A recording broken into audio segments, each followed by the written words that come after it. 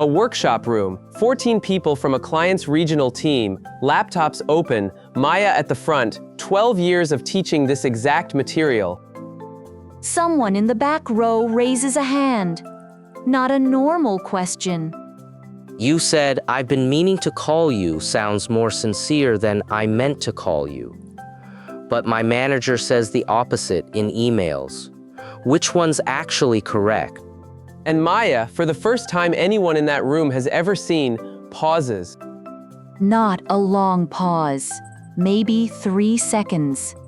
But everyone in a workshop notices 3 seconds of silence from the person at the front. I remember thinking, in 12 years, nobody has ever asked me that question. And I didn't have an answer sitting there, ready. Today, what you actually say when you're the expert in the room and someone asks the one question you've never once considered.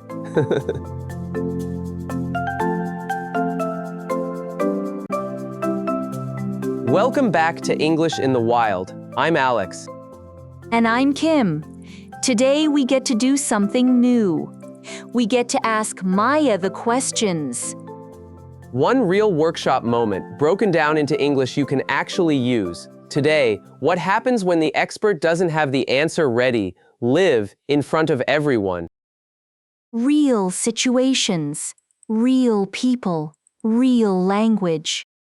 We've watched Kai freeze, watched Kim's typo get read out loud, watched Kai get blamed for something that wasn't his fault. This time, the person on the spot is Maya herself. Which feels different, right? Because Maya's the one who always has the framework ready. What happens when there isn't one yet? With us today, Professor Maya, live from that workshop room, and Kai, who's going to ask her the hard follow-up questions this time. Maya, walk us through it. What actually happened when that hand went up? It was a workshop for a logistics company's regional managers, people who use English constantly for calls, but rarely think about why certain phrases land the way they do. I just finished a section on sounding sincere versus sounding rehearsed. Simple stuff, usually. Then a manager named Deepak asked about, "I've been meaning to call you" versus "I meant to call you," specifically in emails, specifically from his own manager's habits. So it wasn't a random question. It was based on something he'd actually noticed. Exactly, and that's what caught me. I'd only ever thought about that phrase in spoken conversation.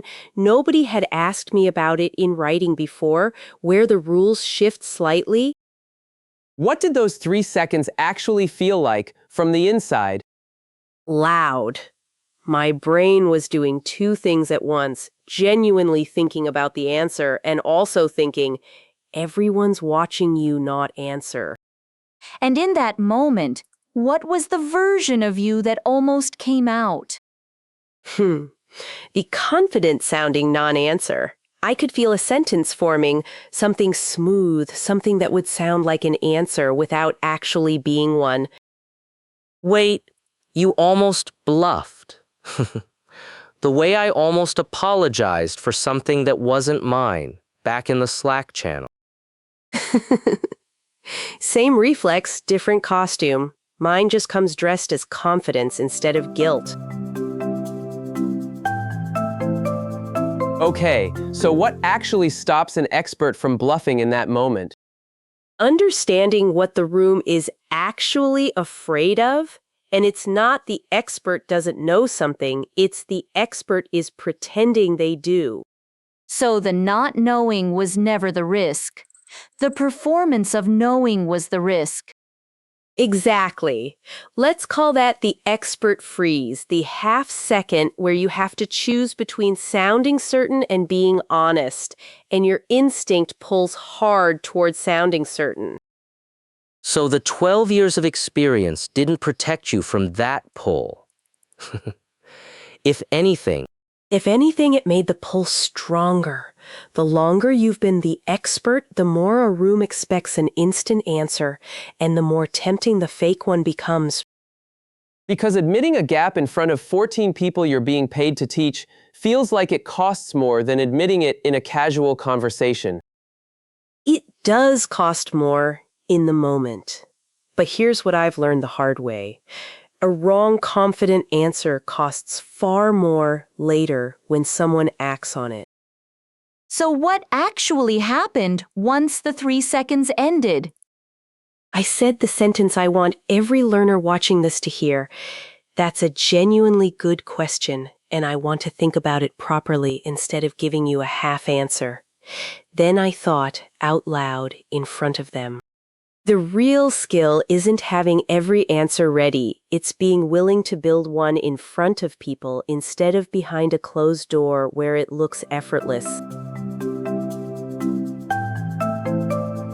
Okay, walk us through what that actually sounded like, moment by moment.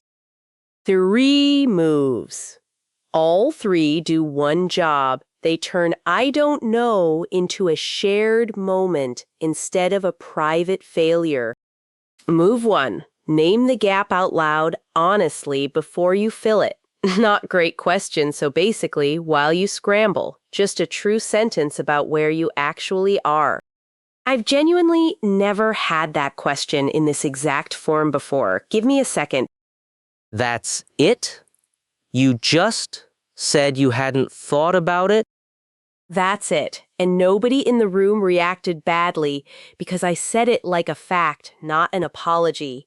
Confidence isn't about never having gaps. It's about how steady your voice is while you admit one. Move 2. Think in front of them, not behind closed doors. I actually reasoned it out loud. In speech, "I've been meaning to" sounds ongoing and sincere. In an email, it can read as an excuse for not doing something yet because writing already implies you had time to plan it. So you basically let them watch you build the answer instead of hiding the thinking and just handing them the result.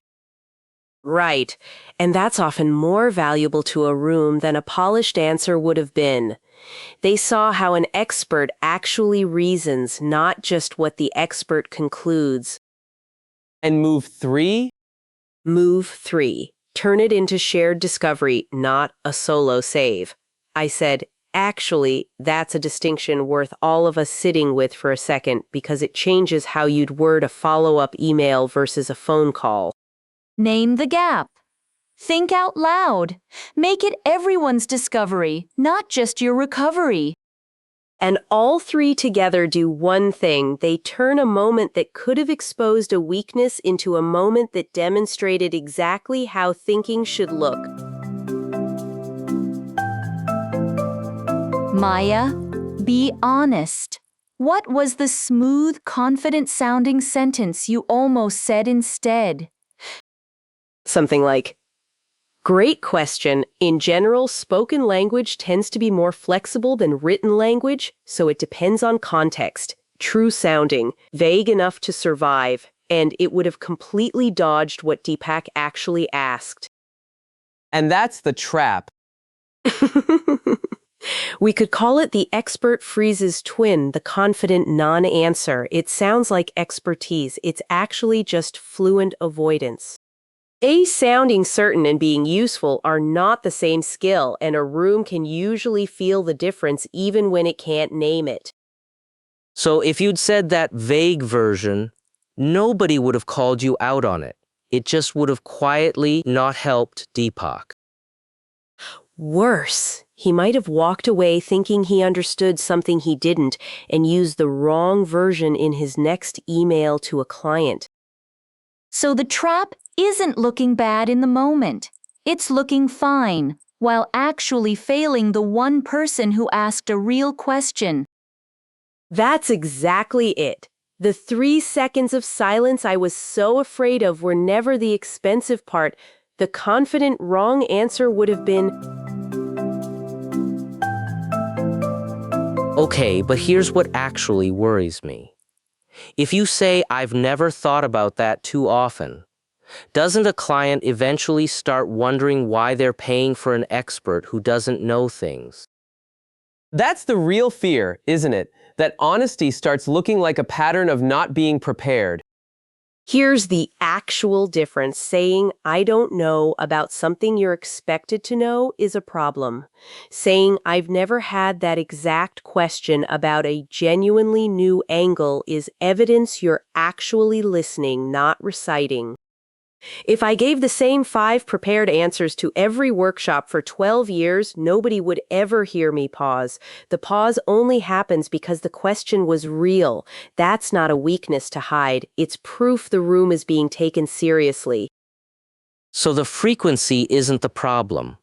What matters is whether the gap is genuinely new or whether it's something you should already know.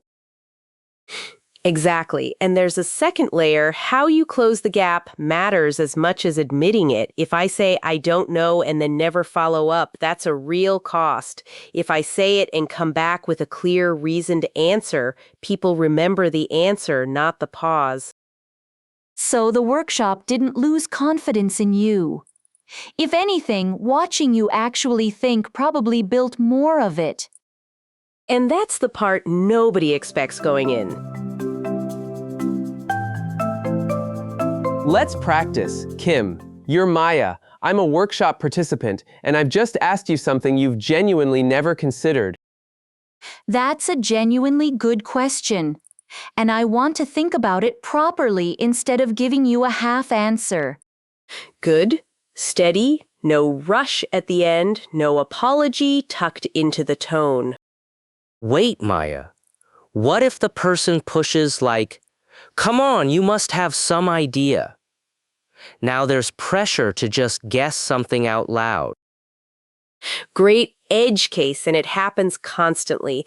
That's when you name the pressure instead of caving to it. I could guess, but I'd rather actually get this right for you. Give me one more second. You're not stalling, you're protecting the quality of the answer. So even the pushback line isn't defensive. It's just buying honest time out loud. Exactly. Now, the delivery. Say the opening line like you're genuinely relieved to be asked something new, not like you're bracing for embarrassment. Natural speed. That's a genuinely good question. Give me a second to actually think about it. Slowly. That's a genuinely good question. Give me a second to actually think about it. That's a genuinely good question. Give me a second to actually think about it. Good. Give me a second, sit flat and calm, not rushed, like you're not embarrassed to need it. Once more. That's a genuinely good question. Give me a second to actually think about it. There it is. Honest, unhurried, still sounds like an expert. Kim, your line for the pushback edge case, I could guess, but I'd rather actually get this right for you. Give me one more second. I could guess, but I'd rather actually get this right for you. Give me one more second. Good, keep actually get this right a touch warmer so it sounds like care, not defensiveness. I could guess, but I'd rather actually get this right for you. Give me one more second. Perfect. If you remember nothing else from today, name the gap before you fill it. Last line, the close, once you've actually thought it through, actually, that's worth all of us sitting with because it changes how you'd word this in an email versus a call. Kai, you first. Actually, that's worth all of us sitting with because it changes how you'd word this in an email versus a call. Kim, same line, a touch more like you're opening a discussion, not closing one. Actually, that's worth all of us sitting with because it changes how you'd word this in an email versus a call. Notice, none of these lines pretend and none of them apologize for thinking. They just make the thinking visible. That's the whole skill. Maya, once you actually gave Deepak the real answer, what happened in the room? He wrote it down word for word, which almost never happens with a spoken explanation, and 2 other managers said they'd noticed the exact same thing in their own emails but never had the words for it. So the pause didn't cost you anything. It's basically the reason the answer actually landed. Which is not what I expected going into this conversation. Did anyone say anything to you afterward? Deepak, at the end of the session, that's the first time a workshop actually changed how I write emails, not just how I talk. 12 years, and apparently the best answer you gave was the one you didn't have ready. I keep thinking about how close I came to giving him the smooth version instead, the one that would have sounded fine and taught him nothing. And that's the real point of today's episode. Nobody in that room needed me to know everything. They needed to watch someone think honestly under pressure, because that's exactly what I was asking them to do every time they open their mouths in English. And if you're still deciding whether to subscribe, that's actually the easiest 3 seconds of silence you'll have all day. Hit the button. And tell us, has anyone ever asked you a question in English that completely caught you off guard? What did you actually say next? Comment below with your version of "give me a second to actually think about it." Bonus points if it turned into the best answer you gave all week. 3 moves from today. First, name the gap out loud, honestly, before you fill it. Second, think in front of them, not behind closed doors. Let the reasoning be visible, not just the conclusion. Third, turn it into shared discovery, not a solo save. Make the room part of the answer, not just the audience for it. And the principle behind all 3, a room can forgive a gap. It rarely forgives finding out later that you filled it with something fake. The 3 seconds of silence I was so afraid of were never the expensive part. A confident, empty answer would have cost far more, and nobody would have noticed until much later. And the bonus lesson from Deepak, the participant who asked the question in the first place: sometimes the person who exposes the gap in the room is doing you a favor, not testing you. 12 years of teaching, and the workshop that people still talk about is the one where the professor didn't know something. Next week, Kim again, but this time the problem isn't a typo, and it isn't a delay. It's a message she sends, then quietly edits 2 minutes later, and someone on the team already saw the before version. We're going to break down what you actually say when a chat message you already fixed starts looking like something you're hiding. So the edited label becomes its own little crime scene. Please don't put it that way. But yes, basically. English in the wild, real English, real situations, real results.